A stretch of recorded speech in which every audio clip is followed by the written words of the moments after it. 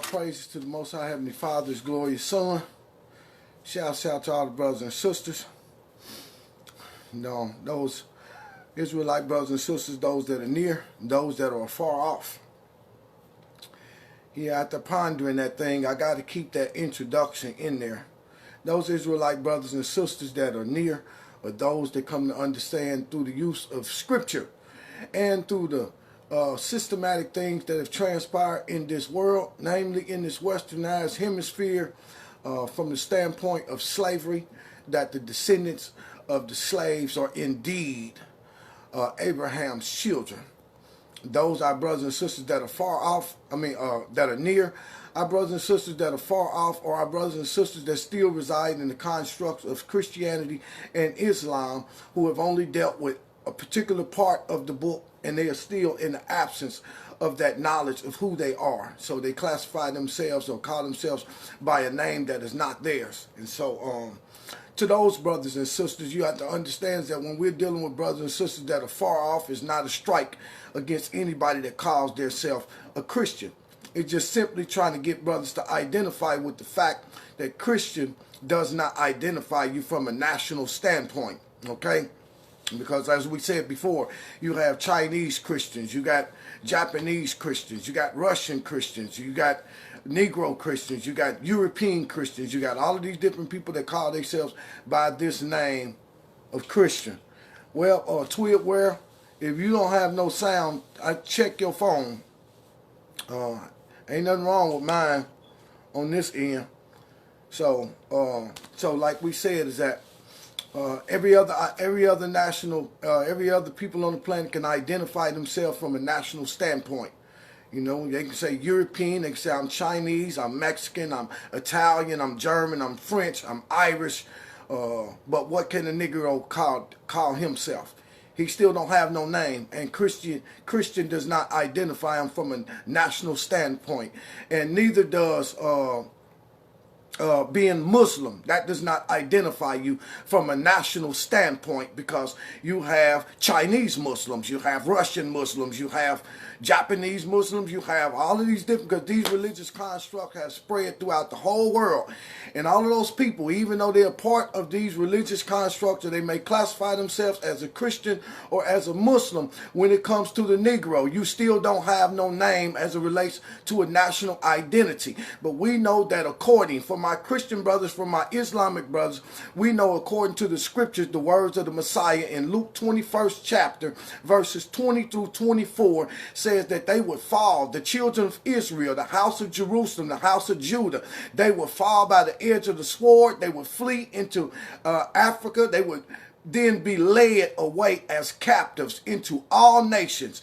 And so as they fled Jerusalem, they went into the African or the Hamitic lands, and they were sold. They were sold from the banks of West Africa into North, Central, and South America, and into the European nations. And that also can be backed up by Joel, 3rd chapter, around the 6th verse. You have sold a boy for a harlot, and you have sold a girl for wine that you might drink.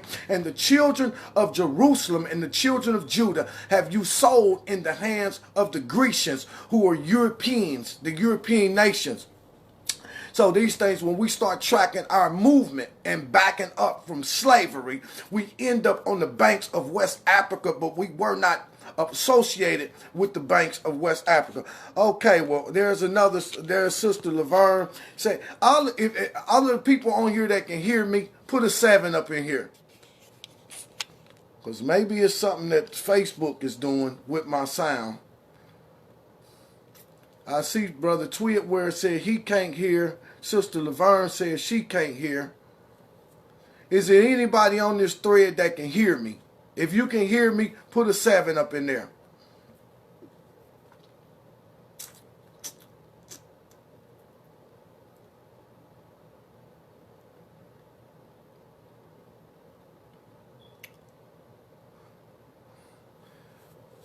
Okay. Well, is there anybody on this thread that can hear? Okay, so we got brothers and sisters on here that can hear. So if they can hear, Sister Laverne and Twitware, check the volumes on your phone because the rest of the brothers and sisters can hear what's being said. All right. Now, what we're going to do is we're going to come back with part 2 of dealing with the prodigal son. And on that first video that we did dealing with the prodigal son, we're dealing with the son that took his inheritance early before it was his time. And then because he wasn't trained on how he was going to use it, he began to squander the things that the father had given him, to the point to where those things was taken away from him. Now we start going into detail using the Essene gospel of peace, dealing with the words of Hamashiach and the group of people that were called the Essenes. Now let me just give you a brief update or a cap on this particular Essenes. You had 3 classes of people in the days of the Messiah, okay? You had the Pharisees, who were the religious leaders on the earth, and then you had the Sadducees, who were the elite, the powerhouses that controlled the religious leaders. And then you had a group of people that is unspoken of in the scripture. These are those brothers that followed the Messiah and was exposed to the Messiah's teaching. This particular class of people were called the Essenes. They were the ones that moved in opposition to the religious leaders of the world. So this is what we're dealing with. So we're going into detail as it relates to the prodigal son. And we know that according to what's contained in the book of Luke, we know that the prodigal son squandered his wealth. He squandered everything, and he eventually ended up working in a hog's pen. His life ended up crashed. He ended up in a place of hopelessness. And what we try to get our brothers and sisters to understand is that you cannot be so zealous when it comes to your inheritance that the Most High have given us. Well, part of our inheritance is our heritage and our culture and understanding who we are. But just because you understand who you are doesn't mean that it's time for you to go out on a mission and start trying to do ministry work or start trying to deal with your family members or start trying to deal with other people. There is a level of training that has to take place, because wisdom have to couple your knowledge and your understanding of what it is. Now, in this particular case, this young man didn't have the wisdom that it took for him to take his father's inheritance and then be productive with it. You'll always know when you got something down on the inside of you that want to go against the will of the Father, because you want to get away from all of the people that have the capacity to correct you or to guide you in the right way. You don't want to be around nobody that'll rebuke you. You don't want to be around nobody that'll correct you. You don't want to be around people like that. So you'll take what you got and you'll go far away from those people, and then you'll try to use it. But what you'll end up doing is you'll end up squandering it to the point to where the Most High will now allow everything that he had exposed you to be taken away from you. Because before the Most High give you his word and allow you to use that thing in a way that's not conducive to building up the brothers and sisters, he'll take it from you, and then he'll put you in a worse condition that your brothers and sisters are in. And this is kind of the thing that happened with the prodigal son. And so as we said that in the KJV, it doesn't do it much justice, because it causes people, and we heard this message preached in church of many days and made it as simple as, anytime I get in a bad place, all I have to do is just ask the Most High for forgiveness, and that's going to be the end of it. No, well, I'm going to tell you, as we go into detail, we start seeing that the same journey that it took for you to walk down the road as you lost everything, it's going to take that same amount of time for you to work your way back, and you'll start back from ground zero. So we're going to pick this up, going into the detail of the prodigal son, and it's going to get broken down so that you can understand what the parable is all about. Because remember, it is a parable, and it is dealing with some experiences that the young man was dealing with, and the experiences of from the father's standpoint as he dealt with the young man. So what we're going to do is we're going to pick back up, going into detail. The foundational scripture is coming out of the 15th chapter of the book of Luke, beginning at the 11th verse. You'll find the parable of the lost son, or what we have come to know as the prodigal son. So we'll pick this back up in detail. Coming out of the gospel, the gospel of peace, the Essene gospel of peace. Now, he says, my Father, I will henceforth be your loving and obedient son, and I will not anymore incur debts.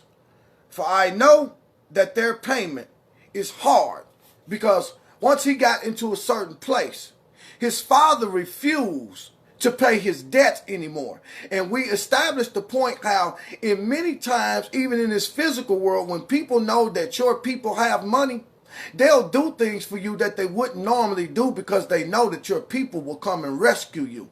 In the same way that Satan does things to us, because when we're the Father's children, the Father shows up and rescues us because his mercy never fails and his compassions are new every day. But there is a point to where the Most High will cause his mercy to cease, and he will withdraw his grace and his kindness and turn you over to Satan and let Satan have his way with you. And this is what happened with the story of the prodigal son after his father refused to pay his debts. Now, the KJV does not tell you that it was a 7-year period of time that this young man was doing stuff, and it don't tell you that the money that he had got from his father was exhausted long before the 7 years, and he kept incurring debt of people in that far country that his father now kept assuming the responsibility of paying off his debts. And every time his debt got paid off, he would only to get in debt with somebody else for the same thing. And so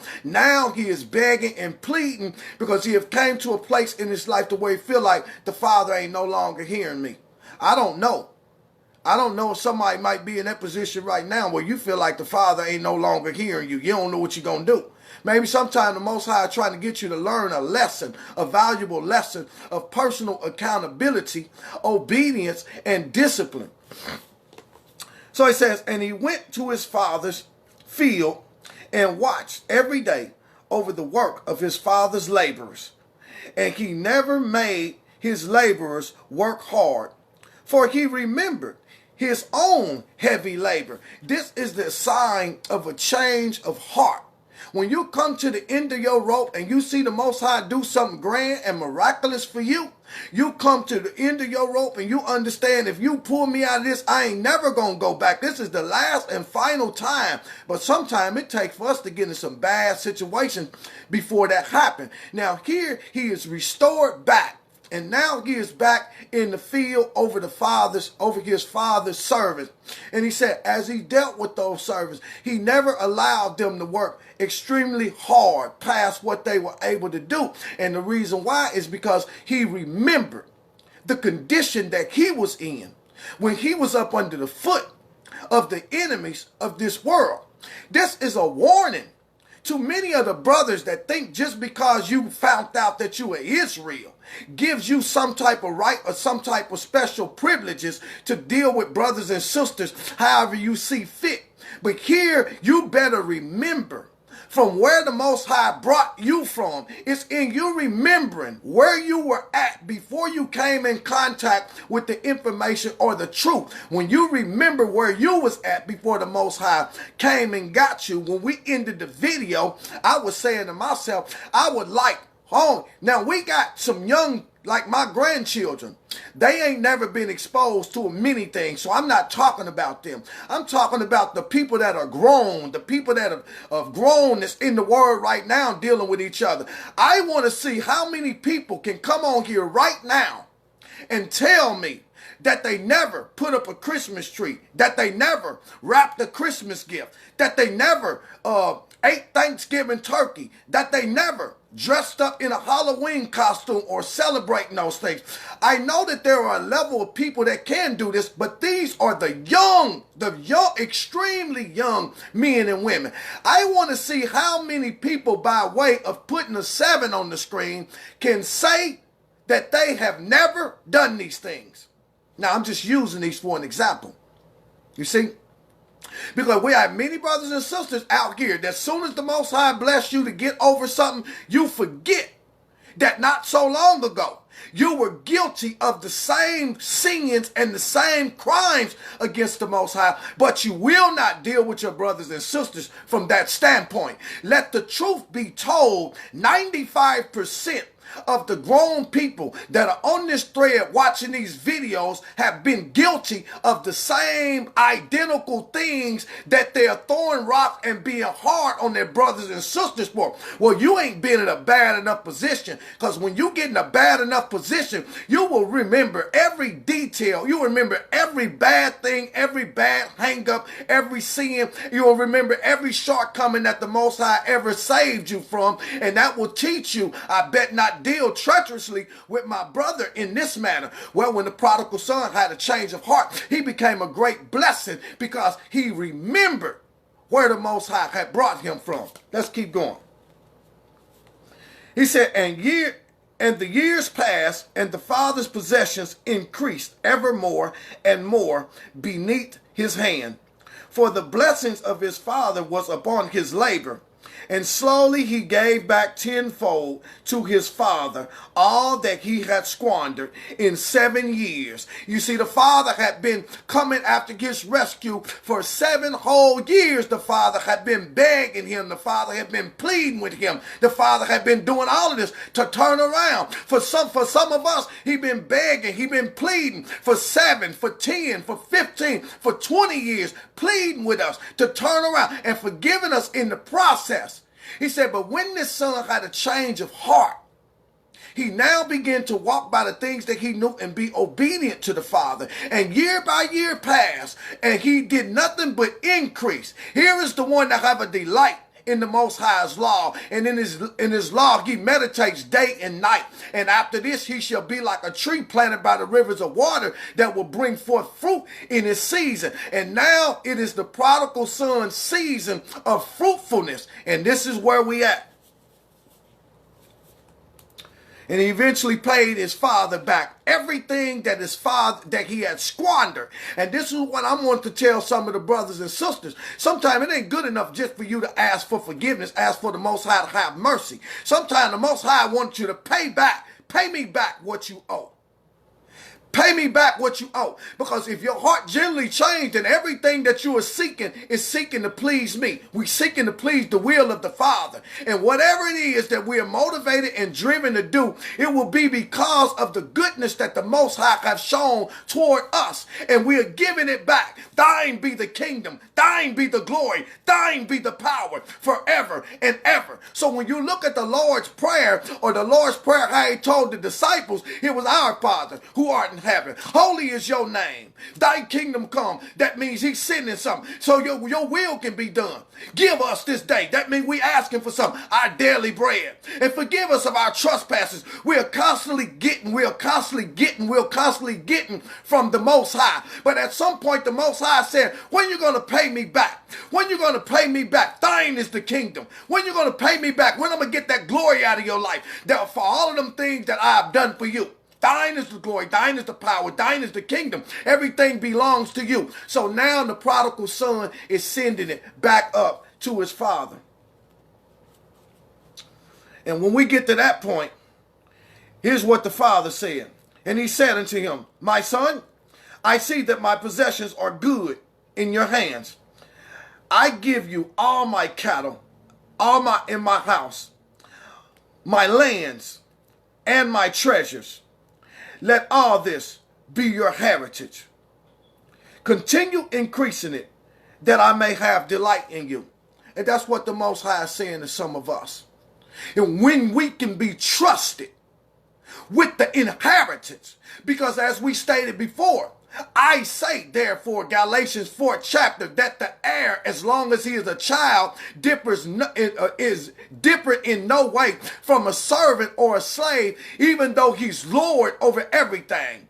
You see, the Father now is giving him all of his riches and all of this thing that the Father has. He is now making him responsible for, because he have reached the appointed time of the Father. He have been trained with what it is that have been given to him. So his heritage and his inheritance was everything that the Most High had given us. Just like this son's heritage was everything that the Father was giving to him. But he had to be trained for how to use it.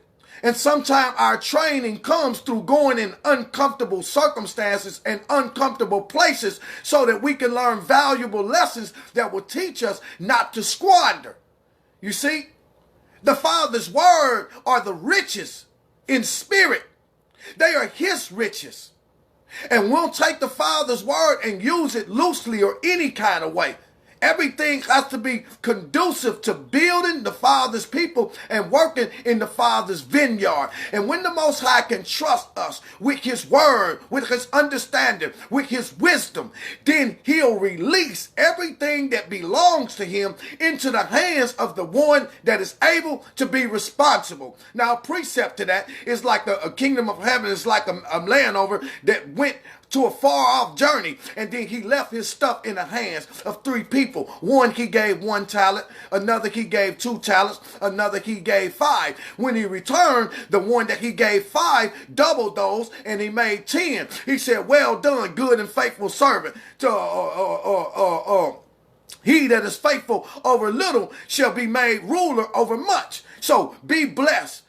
Down to the one that had 2, he made 4. "Well done, good and faithful servant.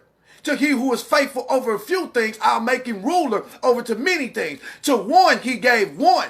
That one didn't turn into nothing. "I hid my talent in the earth." Here's the one that wants to do what he wants to do. He don't want to do the work. He don't want to be responsible for what been placed in his care.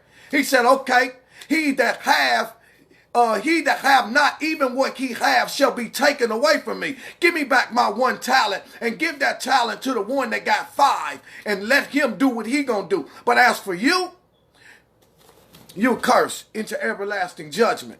So this is the mindset of the Most High. And he gives us an example of the prodigal son as to what he wants to take place in the world that we are living in. The Most High looking for people that will be responsible. It don't mean that you're perfect. You might not be responsible in some particular areas, but those areas don't matter. The Most High wants us to be responsible with what he calls his riches, and his riches are his word and his spirit. So when we're able to do that, then everything that he has gets released to us. So let us keep going.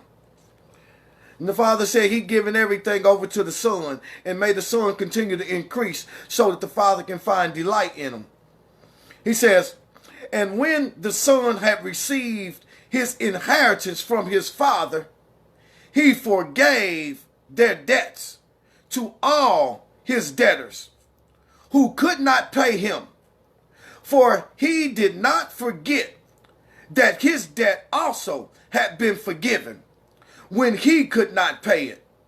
And God blessed him with a long life, and with many children, and with much riches, because he was kind to all of his servants and his cattle." Notice that this particular individual was not the kind brother when he first set out. He was not kind to his father. He was not kind to the women. He was not kind to the men that he met. Because if he was kind to those people, he never would have ended up in the hog's pen. But since he ended up in the hog's pen, he was able to come out of there with a spirit of gratitude. And everything that the Father had done for him, he went and played it forward. And he said he was kind to people, and he forgave people of their debts because he remembered that he had a debt that couldn't be paid. Now, many of you brothers and sisters out there, you know that you had debts that couldn't be paid. You know that your life wouldn't be worth 2 cents, that your life was raggeder than a can of sauerkraut. But it was the Most High that came and paid the debt while we was on our way to hell. He said, "How be it that I can come and pay your debt, and you don't still choking my servants in their collar, telling them to pay you what they owe you?" This particular son learned a valuable lesson, and he said, "I'm going to forgive my brothers of their debts and their transgressions against me in the same manner that the Most High have forgiven me." How be it that you got brothers in the pulpit, you got brothers over camps, you got brothers leading congregations, ain't got enough love to forgive nobody, knowing that their life ain't always been where it's at, knowing that at one point they didn't know no Bible, didn't know that they was an Israelite, didn't know nothing but debauchery debauchery and hooliganism and all of that type of stuff. They know that they was in the hog pen of life, fornicating and cheating on their wives and smoking dope and drinking and being angry with people and shooting people and robbing people. They know that they had debts that were past their ability to pay. They knew that they had climbed in the holes that if the Most High didn't get us out of, we wouldn't have got out. And he said, now when I got you out of that, you should have that same type of compassion for your brother or your sister. Ain't nobody gonna tell me that you're leading a congregation of people, but you can't say, I'm sorry, I was wrong, I was misunderstood. You're not gonna tell me that you got people following you, but you ain't got nothing good to say about nobody, knowing good and well what the Most High had done for you. You wouldn't even have a house, you wouldn't have a car, you wouldn't have a driveway to park the car in, you wouldn't have no money, you wouldn't have a job. Many of you could be stuck in somebody's hospital bed if the Most High didn't raise you up and put you on chemo and pull the cancer out your body. Many of you have been in some situations that the average person would have died in, yet the Most High brought you out. And you got the nerve enough to think that just because you say that you're the Most High's child, you can treat his people any kind of way. You can go out and slander people that don't agree with you. You can talk about people because they don't agree with you. You can curse people out because they don't agree with you. And all the while, you know deep down on the inside that you've been a prodigal son. Hey, man, it's what it is. It's what it is. And I know even as I speak these things and the Spirit bring these things out, because I know what's in me at any given moment, it's 1,000,000, 10,000 other brothers that have been in worse position than I myself have been in. You know that you can identify with the fact that there ain't no righteous people on the earth. What makes anybody think that you got to defend something? Can't nobody defend the Most High. The Most High defend himself. And God might be a God of war, but God never wage war against his own people. So how you going to say that you're going to serve the Most High when the people that you waging war with look just like you, walk just like you, climbed off the same boats that you got up of, came out of the same Christian churches that you was a part of, did the same thing that you do? Now, because God is a God of war, you got your wires crossed and you're willing to go out here and wage war with your brother as though you ain't the prodigal son. Some of you are still the prodigal son. Now, let's break this thing down. Let's hear what the words of the Messiah have to say about what it means to be prodigal. And I mean for every person that can identify with one person or another, that in one way or another you have been a prodigal son that the Most High had to have compassion on. If you've ever been in that situation, by way of number 7, put a 7 up there. Let's see how many people can testify that they've been the one that this book is talking about as they turned their back on the Father, didn't hear the voice of the Spirit, chose to do their own thing. How many people are willing to testify that they was the one in the hog pen of life out here prostituting your body? How many of our sisters can testify that they were the prodigal, wayward daughters of the Most High, allowing men to climb in and out of their bed? How many of the sisters and the brothers can come on here and testify that they was prodigal sons as they brought children into the world out of wedlock? How many of the brothers can testify that they was prodigals as we smoked dope and sold dope to our own people? How many of us can testify that we was prodigals when we didn't want to hear nothing that had anything, any type of resemblance about anything religious? How many of us can testify that I ain't always been where I'm at today? The Most High wants somebody to stand up and be a witness. Stand up and be a witness. Because we ain't about no religiosity.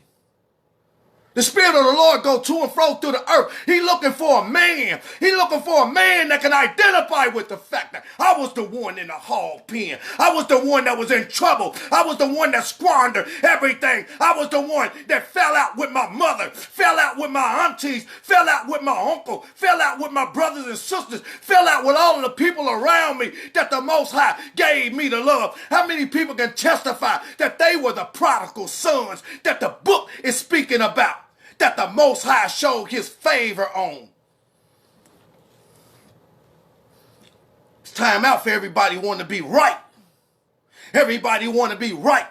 Everybody got to try to defend themselves. Everybody got to try to defend themselves and then put God's name on it. Well, the Most High don't need anybody to defend himself. He's been defending himself from the beginning of time. So, let's see what the Messiah had to say. Our praises. Then Yeshua turned to the sick folk and said, I speak to you in parables that you may better understand the Most High's word. The 7 years of eating and drinking and of riotous living are the sins of the past. The wicked creditor is Satan. The debtors are diseases. The debts are diseases.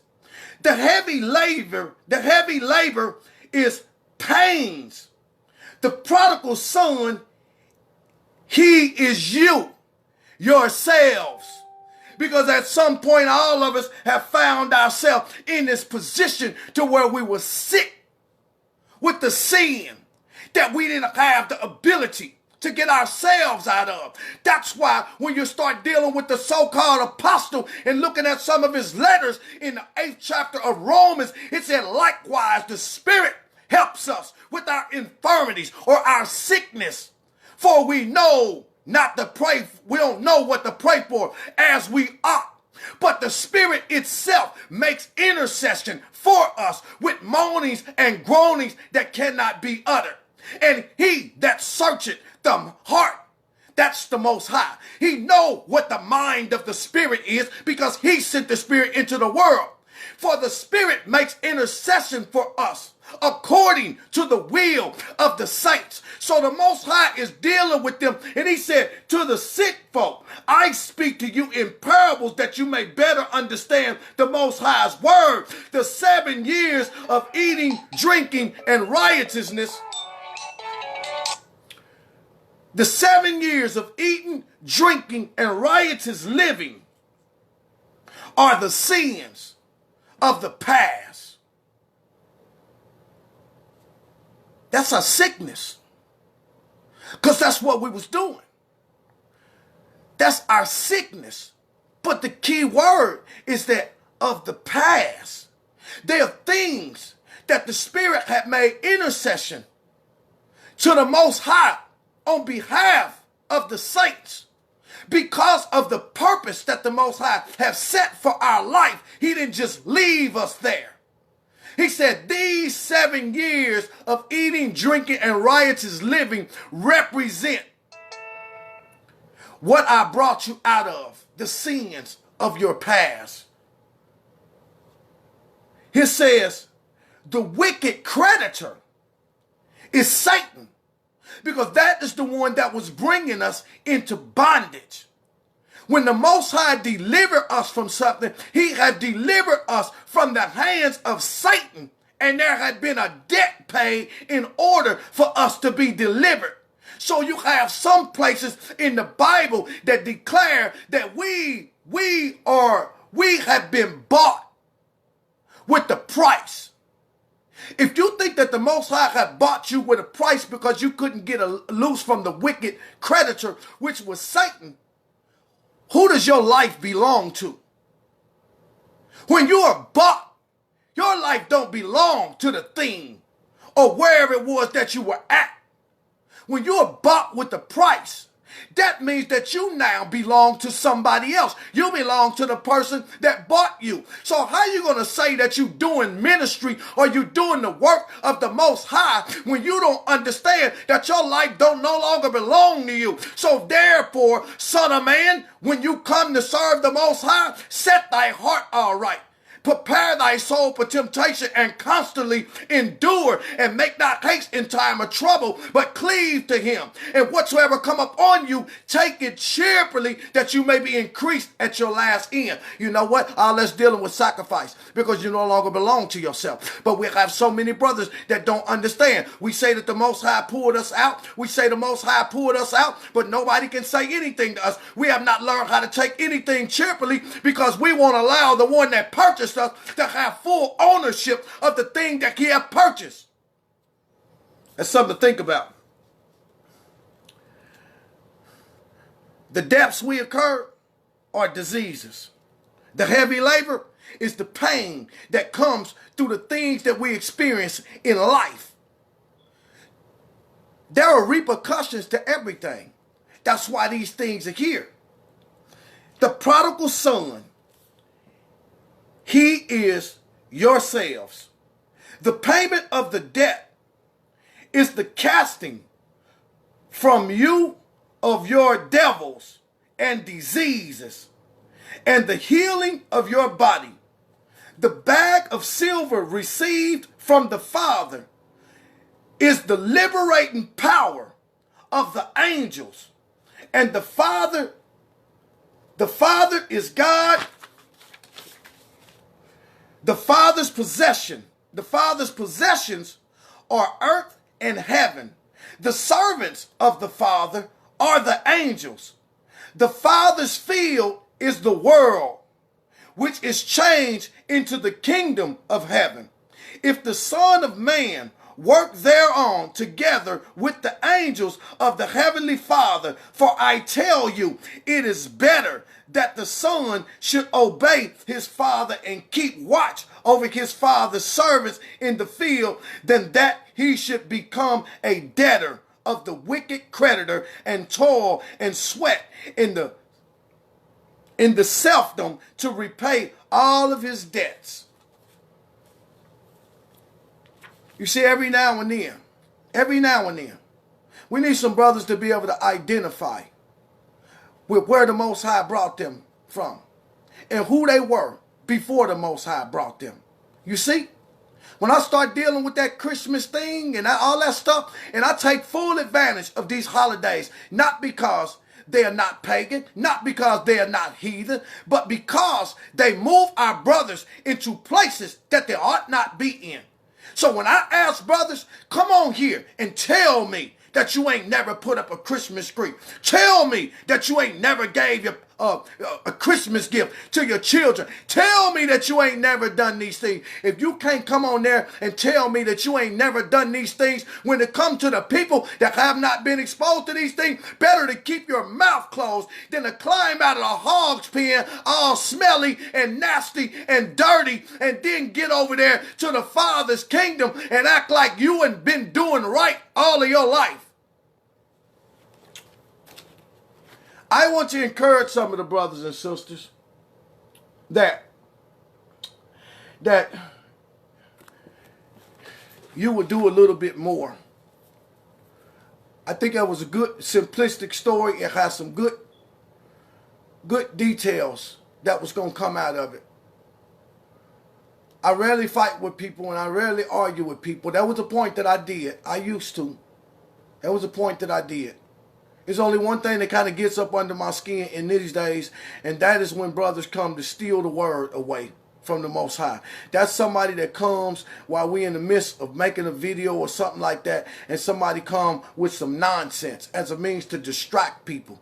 That's the one thing that literally gets up under my skin, but I'm being learned and taught not to worry about that neither, because the scriptures say in the book of Jeremiah 23rd chapter, woe to him who steals my word from my people. So I don't have to fight with people that do that. There is already a woe on them. But we'll have to realign and readjust our thinking so that we can be able to deal with each other in a way that brings delight to the Most High. Not in a way that displeases the Most High. The Most High don't want us, his children.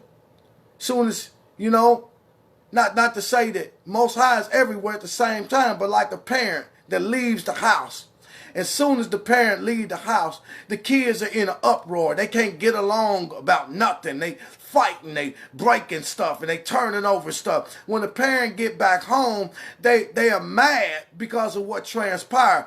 But they're more heartbroken than anything because they don't want to see their children treating each other in that manner. And the Most High feel the same way. He don't want to see us treating each other any kind of way.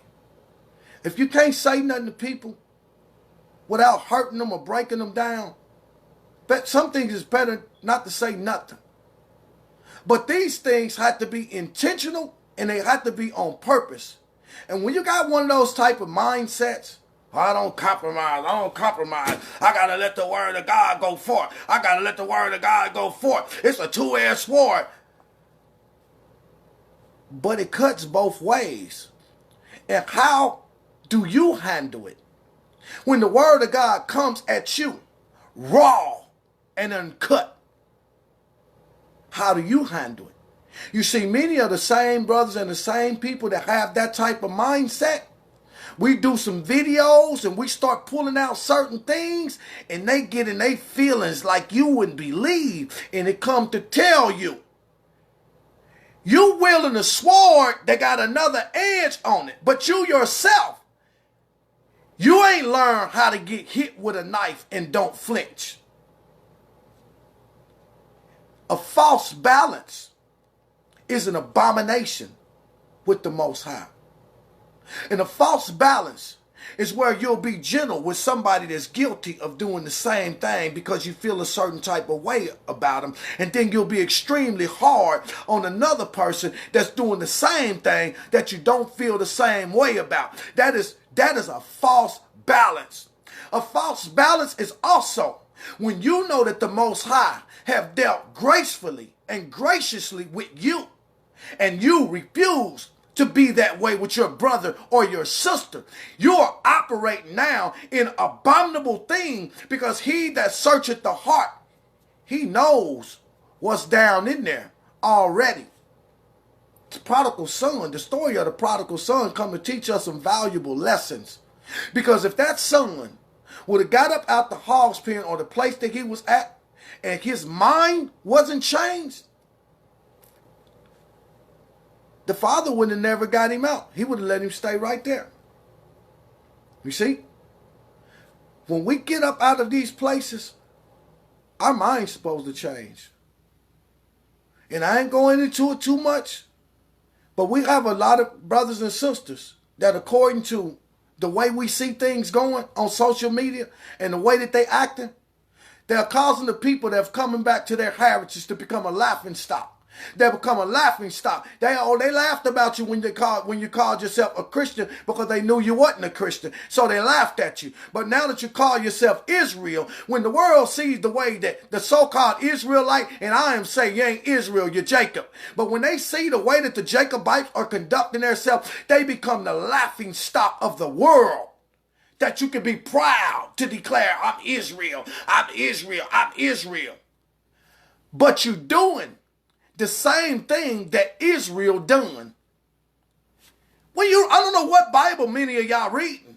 I don't know what Bible many of y'all reading. Why you trying to dot every I and cross every T, holding on to the things that your forefathers done. I don't know what Bible that y'all reading. I don't have no desire to be holding on to everything that they done, kept them in wickedness and kept them in captivity. And they didn't do too much of anything that was worthy of the praise of the Most High. So just to run around gloating that I'm Israel and I'm in Israel, it was better for you to keep your mouth closed. Because if you claim that you Israel, then you can't be doing what Israel done in the scripture. Now show me how many brothers that have that type of mindset.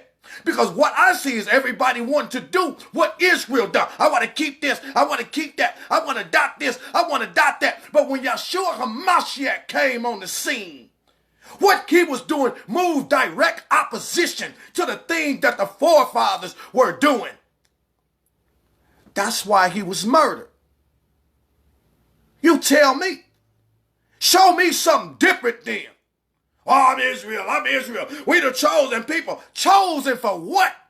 Because all through the Bible, they never did a damn thing that the Most High chose them to do except rebel and whine and complain and fight and bicker amongst themselves to the point that they never could get the purpose that they were put in the earth to get done. Now you showed me something different because I must be missing something.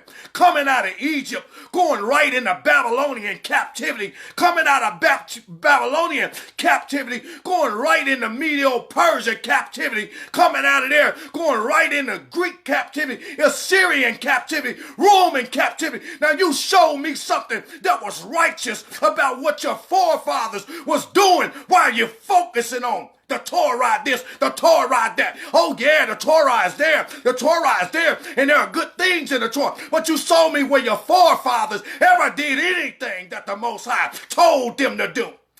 And while we are so busy trying to live our life in the desert according to the words of dead men, we are failing to realize that the Most High want to get some glory out of the men that are living on the earth right now. Where the Yahshua HaMashiachs at in the world? Where the ones that's walking on water at? We're the ones that's speaking words over people's lives and they break out and get healed. We're the ones telling people that their blind eyesight can be healed. Who's raising up the dead mind that don't know nothing about the Most High? Show me the people that's out here doing things that don't seem natural to the physical mind.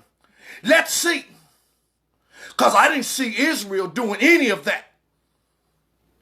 And why everybody want to be gloating about who they are and think that you can make everybody else feel bad about who they ain't, you better guess again. You will want to guess again.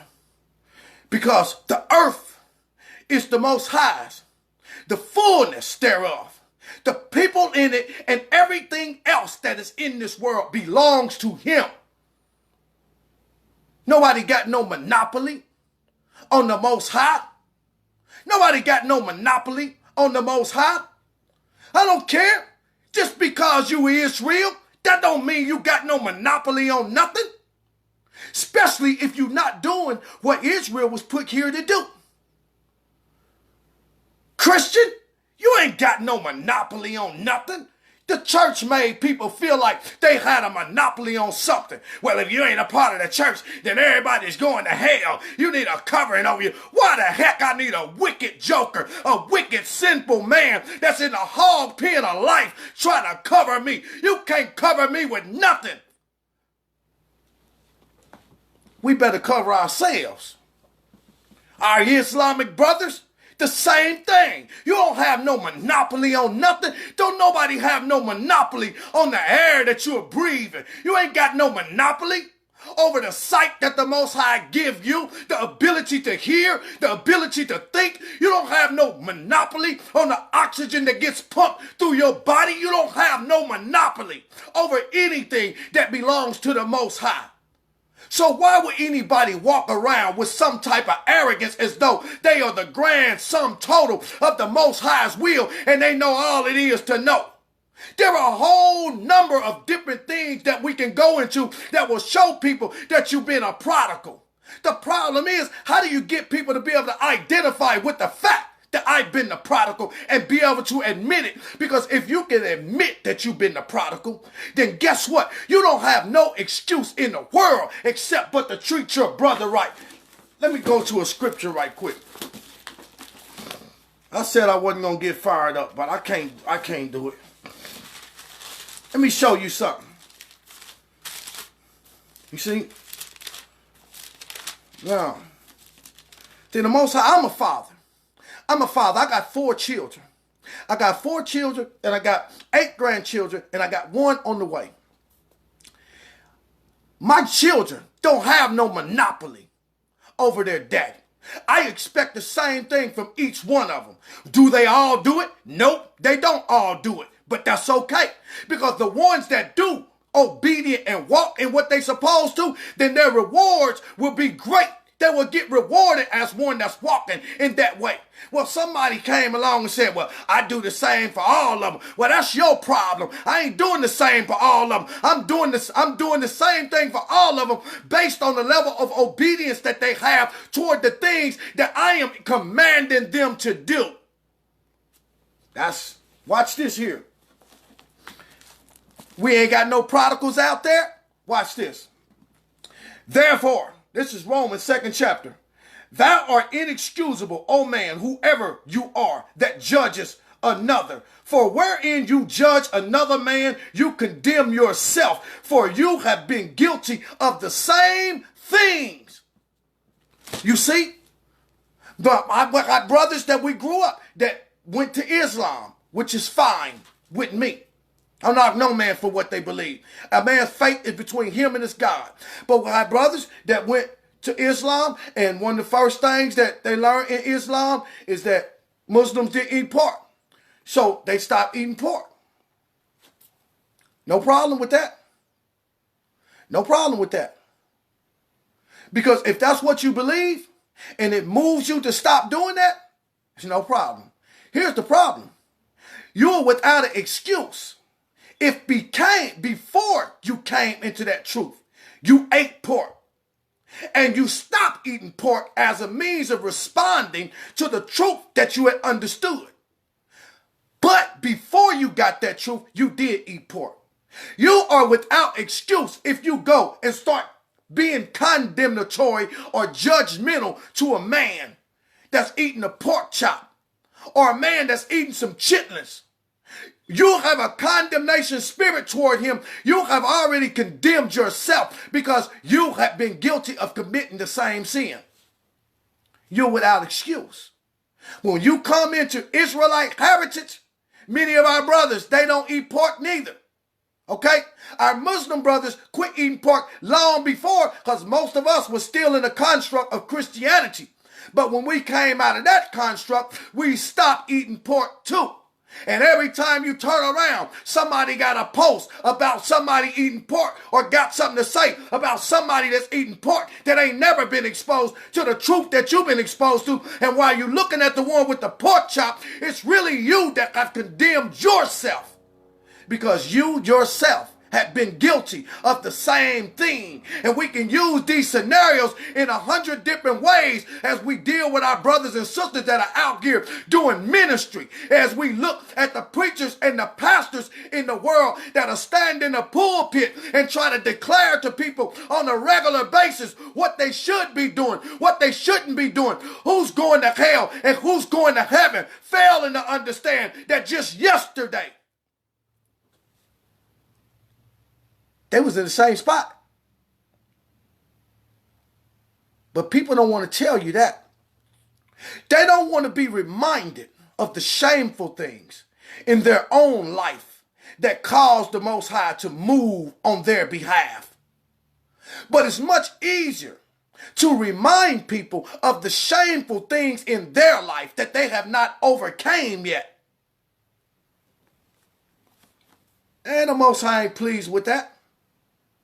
He said, you are without excuse, whoever you are, that's out here trying to judge another man for what they doing. When you have been in the hog's pen, it was you that fain would have filled your belly with the husk that the swine did eat. It was you that was doing the same thing. I remember some of your brothers would be in a nightclub until you was pissy drunk, fall down drunk, throwing up all over the place, loud and obnoxious. And the Most High moved your life around in such a way that people are astonished when they see you today and wonder, is that him? Well, I remember when he was this. I remember when he was that. But on the other side of the fence, you walking around like you got some grand monopoly on the Father's wheel. You got brothers that ain't never cared nothing about the Most High's will until they got locked up behind prison walls. And while trying to protect their hiney part, they knew that they had to have somebody on their side. So they went into a place of prayer and grabbed the Bible or hooked themselves up with Islam or some type of religiosity that could give them some type of hope. And then they came out of prison and then started acting like none of them things never happened. Well, they happened. Because if it wasn't for those bad places that we had been in, chances are we would never make it to the place that the Most High mean for us to be. But what good is it to get to the place that the Most High mean for you to be in if you're not going to conduct yourself in the manner that the Most High desires for you to conduct yourself, where your brothers and your sisters are concerned?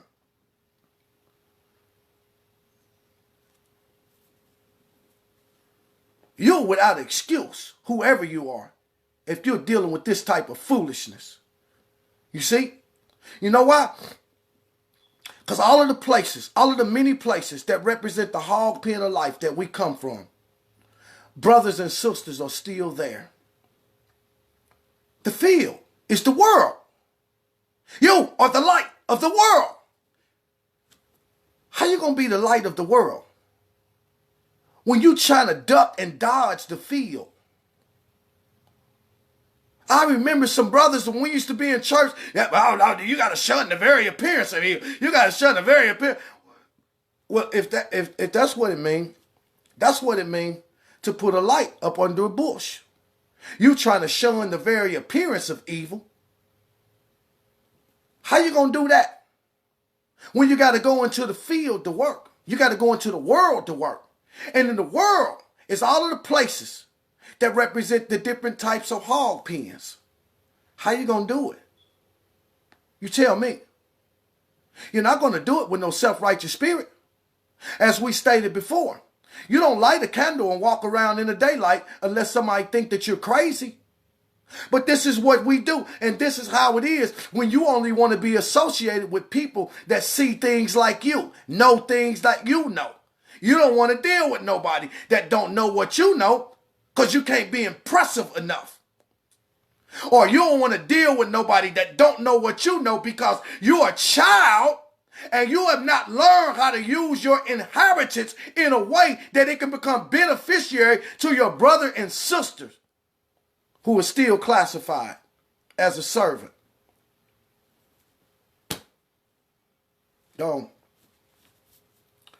That prodigal son thing it's a serious scenario.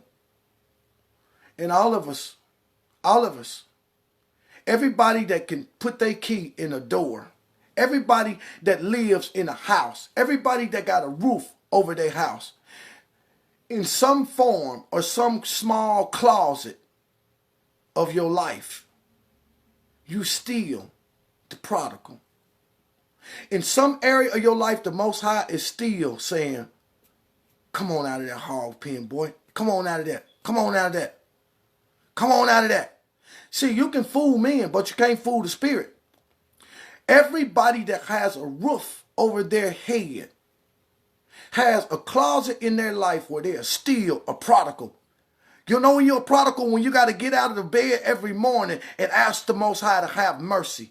When you are Islam and you know that you're prodigal in there somewhere, when you got to still pray 3 times a day. Because pray is to communicate with the Most High concerning the things that are in us, our insufficiencies, our character defects, our imperfections, our idiosyncrasies that we desire to see change, but don't have the ability to fix our lives on our own. So we got to hit the floor every day, asking the Most High to have mercy on us. Oh, please forgive me. Oh, please have mercy. Help me to overcome this. Help me to overcome that. And it's not limited to physical sins. You could still be angry at somebody that you fell out with 20 years ago and still have to ask the Most High because you ain't been able to yield yourself to the spirit that's telling you to repent. Still in a hog pen. 3 chief things that are sufficient for a man's life: food and water, clothing, and a house to cover his shame, a house to keep people from seeing that he's still in the hog pen. And the reason why the Most High keep us covered up, that nobody can see we still in the hog pen, because only the Father can pay the debt. Only the Father can release us from the hog pen of life. But he is good and he is gracious and he'll cover us up from it. And we come out of our door and we sucking on wind that don't belong to us.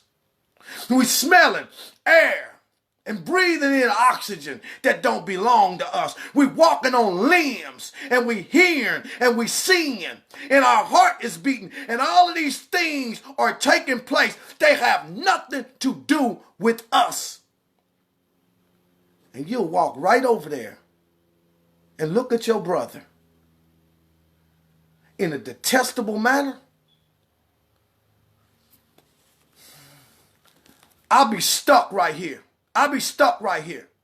Every time I see nonsense on Facebook, I'm coming out and I'm waging war, pulling a cover off of everybody that ain't trying to line up with what the Father's will is as it relates to us. I ain't responding to everything. But if I see brothers warring against each other, that's the time to step in and say, hey, man, something's wrong, man. Something's wrong.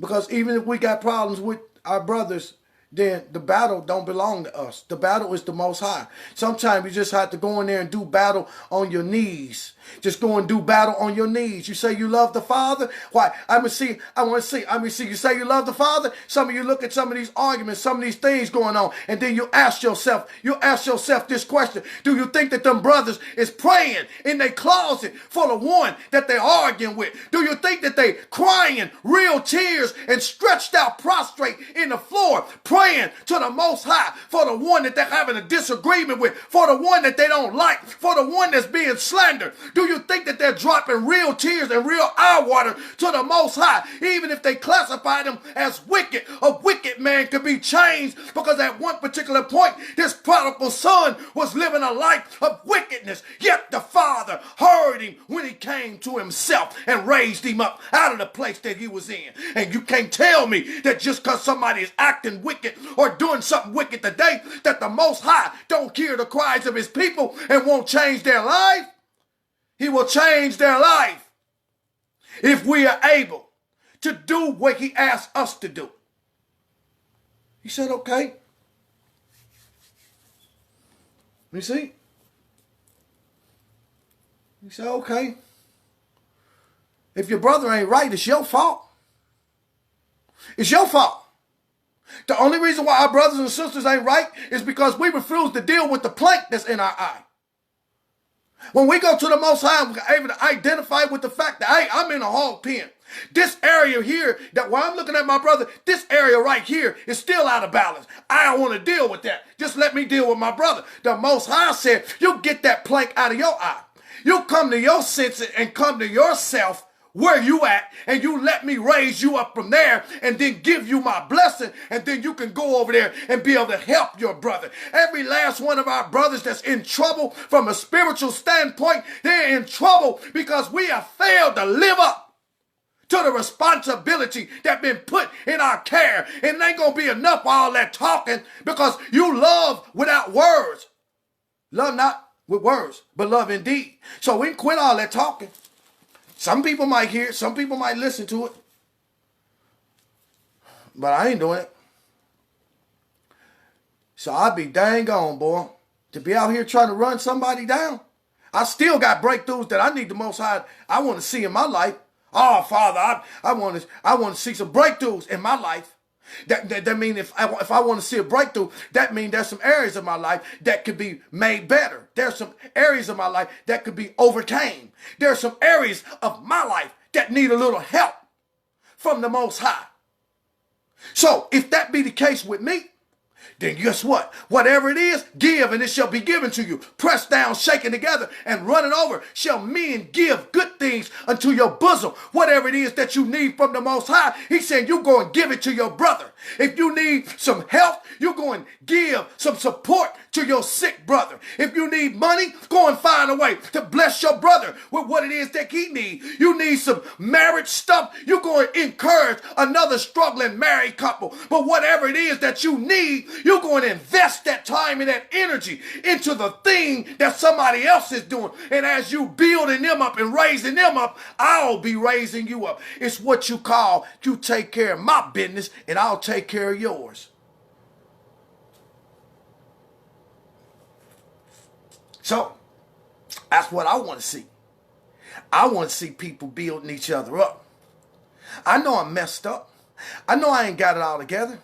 I know I'm not always right about everything. But don't even look at the areas that I ain't got it all together.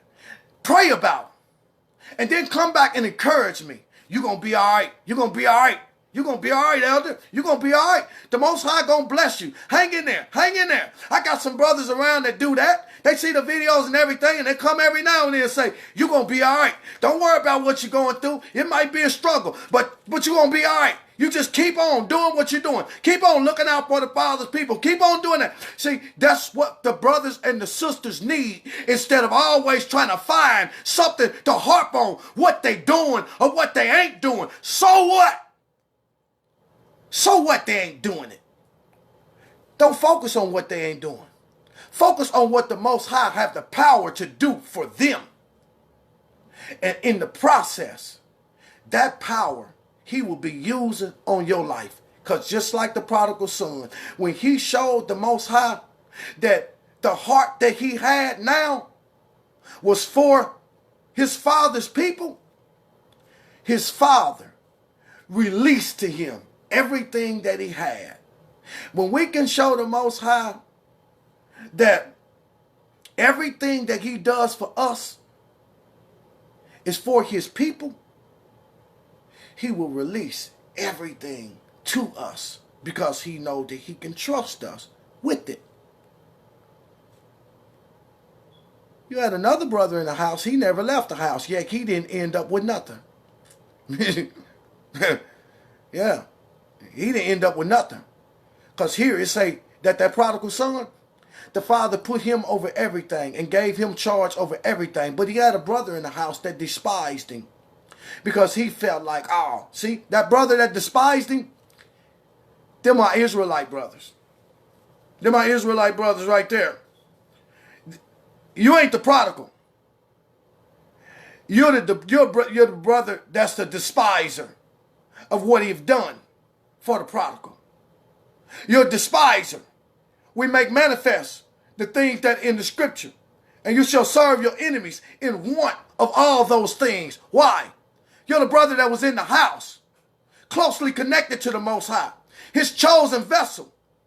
Where somebody on the outside that wasn't even a people in the hog pen of life now got the responsibility of handling everything that belonged to the Most High. And now you're a despiser of it. Because see, he never had the heart for the Father's people. He was only consumed with himself. Well, I've been in a house all this time. You ain't never killed nothing for me. You ain't never put no ring on my finger. You ain't never brought everybody together. You ain't never had no party, no feast for me. No nothing. See, this is some of our Israelite brothers that the only thing that they thinking about is their self. They ain't thinking about nobody else. They're only thinking about themselves and their own personal things that they got going on as it relates to geographics and little housing type of establishments. They ain't thinking about the whole kingdom of the Father's people. You only want to deal with people that may want to join your organization, like the Christian church. You ain't dealing with the people in the neighborhood. You ain't dealing with the people in the 4-block radius. The church was supposed to be the point of influence in the neighborhood first, and then spread through the city and through the state. It was supposed to be the point of the Most High's influence, but they ain't never been concerned about the people in the immediate neighborhood. You know why? Because the people that are in the neighborhood have that same mindset, and they'll leave a neighborhood where a church is on the same corner, and they'll travel miles to go to another church, and they'll leave that church and come back home and assume absolutely no responsibility for the brothers and sisters that are surrounding them while they're supposed to be the light of the world. It's no different. We ain't got no shortage of brothers on Facebook. We ain't got no shortage of that. What we need brothers in the world. We need brothers in the community that you living in. We need brothers out here demonstrating and not running off at the mouth. We need brothers out there demonstrating, expressing love to the brethren, no matter where they are. We need some brothers that's willing to walk in a nightclub and say, I'm going out and I'm going to campaign. I'm going to shake some hands and I'm going to kiss some babies and I'm going to embrace some brothers and sisters I ain't seen in a long time, and I'm going to encourage them. I'll sit down and have a glass of wine with them, and I encourage them to do all that they can, be all that they can be, and let them know that the Most High love you. And if you ever need some support, you can call on me. Come and see me sometime. We need some brothers that are willing to do that. We ain't got no shortage of brothers that'll jump on a plane and go to a Hebrew this, a Hebrew that, a Hebrew this, a Hebrew that. That's what Israel did. The Most High said, you shall be unto me a kingdom, a priest unto all the nations. But they never spread out to the other nations because they had this type of air about theyself. Air about theyself. You see, the light can't be of no use unless you put it in a dark place. And darkness, for somebody with one of them sick, twisted mentalities that try to make excuses for all the reasons why they can't do something, let me tell you something. Since the beginning of time, the Bible said that when the Most High spoke, let there be light, it said the darkness comprehended it not. What that means is that the darkness could not contaminate the light because the light carried the power of the Most High. Oh, we ain't supposed to do this. We ain't supposed to do that. Well, you don't understand who you are. Because if you came to the Most High and he told you that you were the light of the world, then that's what you have been put here for. To go into all of the places of darkness and be a light. Because the darkness can't contaminate the light. Can't nothing that's hiding in darkness hurt me when I show up. When the light shows up, everything that ain't right has to flee. That's what the darkness do when the sun comes up. When the sun come up in the sky, what happens to the darkness? Do the darkness hang around and try to find a way to cause the sun to stumble? Can the darkness overpower the sun when it raises up? No. The only time the darkness get an opportunity to rise is when the light goes out. You see, when the sun rises, it rebukes everything dark. And the only way that darkness can get back in is the sun have to set. That's because the darkness don't have no power. Look at your life like that. Look at your life in that manner. When you walk around with that type of feeling, understand that the Most High has given you that type of power. You will be looking for dark places to go in because darkness has to flee when I show up. Yep. So you talking about the light? You want to understand what you're supposed to be in this dim little world when it's dark outside? During the summertime? Flip your porch light on and watch what happens. Everything that resides in the dark now comes out of the darkness and gravitate toward the light. If it's like that with bugs and animals and creatures, how much more would it be like that with the children of the Most High? One of the reasons why people are in the dark is because they are held captive by the dark, because the Bible says the wicked knows not at what he stumbled because he walks in darkness. He is held as a captive until the light comes on. But when the light come on, in summertime is nighttime, and you go turn the light on, you literally have to cut the light off just to get in your house. You didn't even realize that all of that stuff was hanging around in the darkness until you cut the light on. And it ain't that they love the darkness, because if they loved the darkness, they would never gravitate to the light. How much more do you think the Most High's people are? Nobody wants to be and live their life in darkness. Nobody wants to live their life as somebody detestable, somebody undependable, somebody that's just worthless. Nobody wants to live their life like that. But you know, one of the problems is that there are not enough people out here exemplifying what it means to be the light in the dark world. Those of us that say we Israel, those of you that claim that you say you're Christian, those brothers that claim that they're Muslim, all of those things are attached to the Most High. Okay, because when you start dealing with the Muslim, their attachment comes through the promise that their father, Abraham, was made. They attach to the Most High from that facet. When you start talking about the Christian, they attach themselves from the thing that the Messiah went through, suffering death at the hands of his enemies. So each one of those constructs with Israel is all connected to the same Most High. But here's the whole thing. If we start exemplifying being the children of light, can you imagine what'll happen to the darkness? You're going to tell me that bugs, when they see the light, they will run. They will sacrifice their life. They will commit suicide to get out of the dark. You ever seen them lights, them electric shock things? They will come out of the darkness so bad to get to the light that they'll literally go to their death just to be in the light. Do you telling me that bugs and insects have more sense than us? Sometimes I wonder.